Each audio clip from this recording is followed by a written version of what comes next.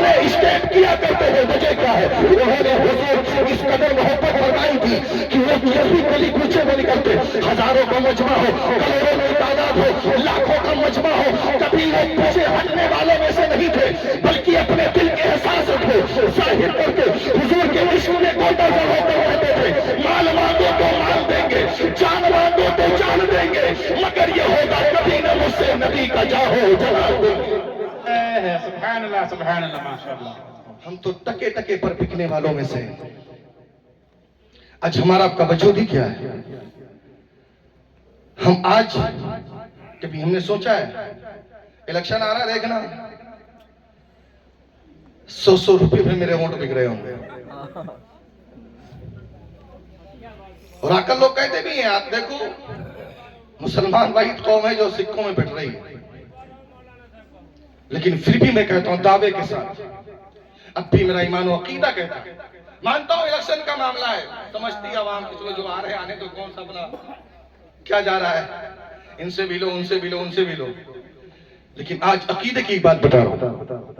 اگر میں پھر بھی ڈنکے کی چوٹ پر کہتا ہوں کہ تم 2 کروڑ روپیہ لا کر کے ایک پردے میں رکھ دو اور ایک پردے میں مدینے والے مصطفیٰ کا گنبد خضرا کا نقشہ رکھ دو، تو جب بھی اب بھی حضور کے ایسے شیدائی ہیں کہ 2 کروڑ روپیے پر لات مار دیں گے حضور کے گنبد خضرا کو سینے سے لگا لیں گے۔ ابھی ہمارا اتنا بھی عقیدہ بھی گھٹیا نہیں ہوا کہ ہم سکوں کے بدلے میں حضور کی ذات کا سودا کریں، اپنے ایمان کی حرارت کو جگائیں۔ میں مانتا ہوں کہ آپ اتنی رات میں بیٹھے ہیں، یہ باتیں آپ کو شاید ہو سکتا ہے زیادہ کڑوی لگ رہی ہیں، لیکن مجھے معاف کر دیجیے، یہ زندگی اللہ نے جو گولڈن چانس نوجوانوں آپ کو دیا ہے نا، یہ آنے والے وقت میں ایک وقت ایسا بھی آئے گا چاہ کر کے وہ کچھ نہیں کر سکتے۔ ابھی تو آپ کے پاس پورے اختیارات ہیں،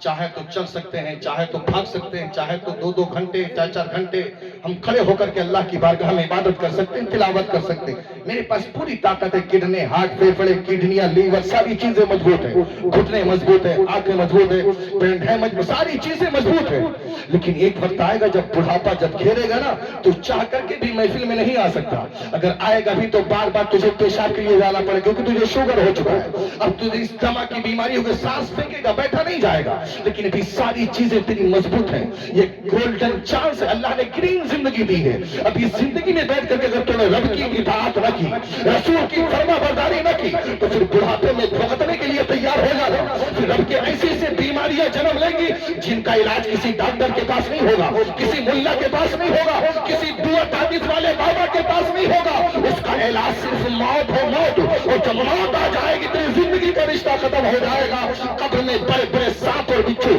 تجھے ڈسنے کے لیے تیار ہو جائے گے، اور جو ایک بار ڈسے گا قیامت تک درد نہیں جائے گا۔ اگر اب بھی وقت ہے لیکن تو نے شریعت و سنت کے مطابق اگر زندگی گزارے گا، کیونکہ معاملہ یہ ہے کہ جو حضور کی سچا وفادار ہے، جو حضور کی سنت کا شریعت کا پیروکار ہے، جو حضور کی شریعت و سنت کا دعوے دار ہے، جو نماز پنجگانہ پر جماعت سے پڑھتا ہو، جو نوافل ادا کرنے والا ہو، جو یہاں تک کہ سونے سے پہلے حضور کی بارگاہ میں 1000 مرتبہ درود شریف پڑھنے والا ہو، جو تہجد پڑھنے والا ہو، جو ماں باپ کے چہرے کو دیکھ کر سونے والا ہو، جو سورہ یاسین پڑھ کر کے سونے والا ہو، جو سورہ عشر کی تلاوت کر کے سونے والا ہو، جو بندہ یہ عمل کر کے سوئے گا مر کر قبر میں جائے گا، مر تو ضرور جائے گا، اس کے جسم کو تو دور کی بات ہے کفن کو بھی مٹی کھانے کو تیار نہیں ہوگی، وہ رہے گا قبر کے اندر لیکن جسم سلامت رہے گا زمین کے نیچے، کفن سلامت رہے گا، جو حضور کی شریعت کا تابع دار ہوگا زندہ یہاں بھی رہے گا، زندگی مولا قبر میں عطا فرما دے۔ اس لیے اس زندگی پہ زیادہ اترانے کی ضرورت نہیں ہے۔ بہت بڑے لوگ آئے دنیا کے اندر، اربوں خربوں روپیے جمع کیے، اور ایک چیز بتا دیں آپ کو، حضور کی غلامی پیسوں کے بدلے نہیں ملتی، اگر پیسوں سے بدلے ملتی نا تو بڑے بڑے امیر لوگ دنیا میں خرید لیتے، حضور کی غلامی جو ہے نا پیسوں کے بدلے میں نہیں بلکہ عشق رسول کے صدقے میں ملتی، اتباع رسول کے صدقے میں ملتی، حضور کی تابعداری کریں۔ آج بڑے بڑے عمرہ ہیں نا، جو امیر لوگ ہیں نا، ایک دن مریں گے جائیں گے قبر میں، ان کی قبریں دھس جائیں گی۔ ایک اللہ کا ولی جس نے جھوپڑیوں میں زندگی گزاری ہے، یہ جب تک قبر باقی رہے گی یہاں پر عاشقوں کی حاضری ہوتی رہے گی. بڑے سے بڑے امیر جا کر قبر میں جا کر دیکھ لو ان کی قبریں دھس گئی، کوئی مٹی ڈالنے والا نہیں. پھول چادر گاگر تو دور کی بات ہے، کوئی فاتحہ پڑھنے والا نہیں. لیکن جنہوں نے حضور کی محبت میں زندگی گزارا ہے وہ انشاءاللہ یہاں بھی زندہ ہے اور یہ قیامت تک کے لیے زندہ رہیں گے.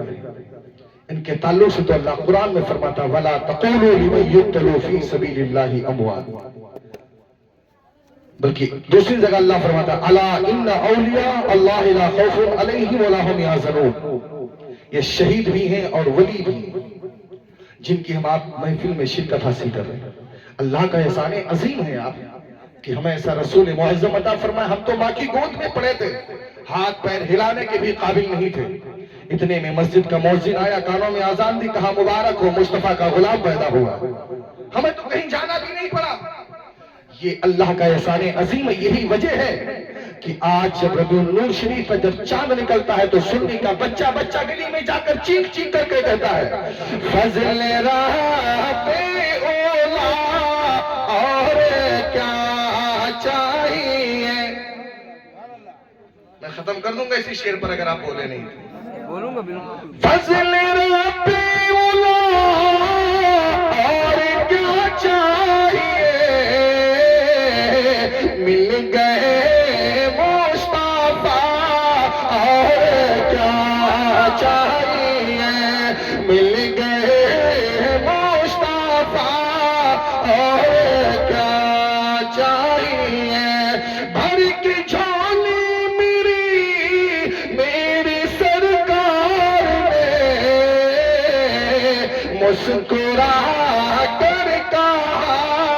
اور کیا چاہیے، مسکرا کر کہا اور کیا چاہیے.